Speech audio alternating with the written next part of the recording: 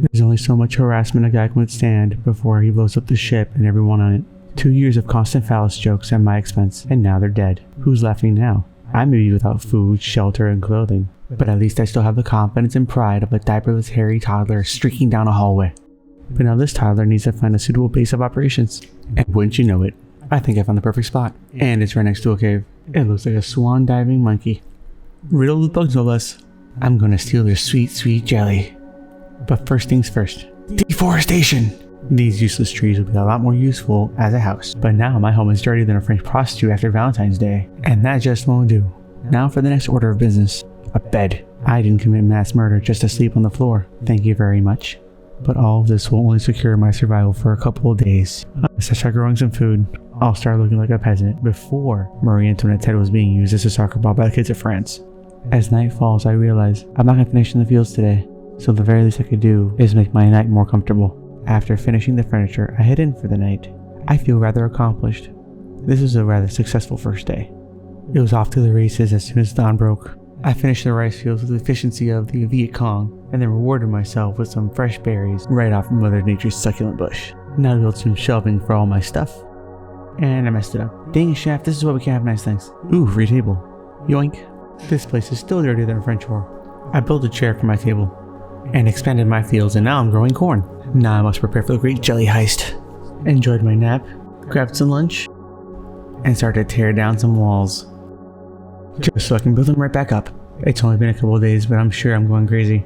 When I finished building the wall, I tore down the remainder on the outside, just so I can have the resources to build a wall somewhere else and keep undesirables out. I'm talking about you beady-eyed trash panda. And now to make like a beekeeper and steal an insect's hard work. A permanent and consistent source of food. You just can't beat free. And now to plant the corn. So it's up time for bed. After my siesta, I finished up the cornfields and then I proceeded to start sowing some cotton. Because quite frankly, my alternative is to wear the skin of my enemies, and that's just not a good look. I mean, I'm a murderer. I'm not psychotic. As I was finishing up sowing the cotton fields, I got 2 new little visitors. What kind of name is Donkey? Your parents really must have resented your birth. I enjoy the fruits of others' labors, and then I go make some more shelves. Then I proceed to steal some more jelly. If these things ever woke up as I stole jelly, I'd be so screwed. After dawn broke, I decided to fix the rest of the wall, make sure it's nice and secure. My visitors Donkey and Gabs decided to leave while I was sleeping. The rude jerks didn't even say goodbye. Shortly after they leave, I get an alert telling me that one of the trash pandas has gone mad. I knew this trash panda would be trouble. After a mild tussle, I come out on top and kill with my bare hands. Let this be a lesson to you, Buffalo. I look over my injuries and assess the damage. It's just a couple nibbles from the trash panda. I throw some dirt on it and move on. As night falls, I pick up my fallen foe and take him back home so I may butcher him later. Kinda reminds me of my college days. The police still don't know where the bodies are. After a short rest, I decide to make a short bow. But then I realize I don't know how to make one. So I scrap the idea and move on. Now to make a structure that utilizes my natural defenses. But first I'm going to steal from those defenses. As the day goes on, I disassemble some sarcophagi. I just hope I don't piss somebody off and get cursed. Instead of a curse, they sent me a friend. Alright.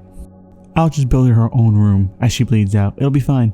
I then started carrying my new friend to her prison cell, room. Here I tended to her wounds as best I could, which wasn't very good overall. But I suppose considering the circumstances, it's better than bleeding to death, so she didn't have much of a choice. When she woke up, she told me her name was Kagura, as I fed her jelly to keep her from starving. And now it's time for me to finish building my defenses. The plan is to only have one way in, and that way in will be through a horde of insects. Why should I fight any future enemies when Mother Nature will do it for me? I can see Stockholm Syndrome setting in with every moment that I speak with her. Day by day, I will whittle her down. Oh boy, my first raid. I knew this day would come. Looks like I goofed. It seems I forgot to give my enemies a way in, but this is easily rectified. It looks like the raiders decided to set fire to my steel wall. I can't wait to see them eaten alive by those insects. Your colony must have really not liked you, Derek. But you set fire to my steel wall, so I can see why they hate you. I decided to be merciful and save Derek, assuming of course that the insects fall asleep before he dies. Those are some nasty boo-boos. I don't think you're gonna make it. I might as well start selling your stuff off now while I can. At this rate, Derek's not going to make it and I could really use some clothes. They bit me in the eye. These guys are so much worse than bees.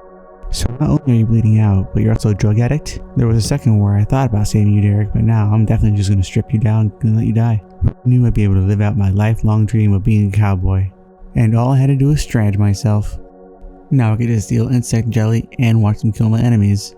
I truly am living the dream. Derek's riding course was a constant reminder of the thing I dislike the most. People. So I did the most logical and rational thing we should do, with things that you don't like, and let's bury them. There, out of sight, out of mind. Oh look, my visitors gave me a gift. It looks like my cheeky neighbors are insinuating that I'm gonna get married and have kids in the future. I thought it'd be wise to make the room a little nicer. I gotta get this woman some nice things because women love nice things. I hope she appreciates all this hard work because this is tedious. Now that I'm done with her floors and I've stolen some more jelly, I'm hoping she'll warm up more to the idea of staying here. Because if this takes any longer, I'm gonna start just harvesting her organs and see what happens after that. My rice is finally ready to harvest. The fruits of my labor. Even though rice isn't a fruit. I'm pretty sure my guest is getting tired of eating off the floor, so I'm gonna build her a table. Oh, what the heck, I'll build her a chair too. I am a generous god. I'm finally done with this room. Finally. While I was trying to recruit Kagura, a wild man appeared in the area. Shortly after his arrival, Kagura's Stockholm Syndrome finally hits her full blast and she joins the colony. The wild man's name is Marks, and hopefully I'll be able to tame him so he can join our colony. But that won't be until next time, so please like, subscribe, and hit that bell notification button so you know when I put out the next video. Thanks for watching.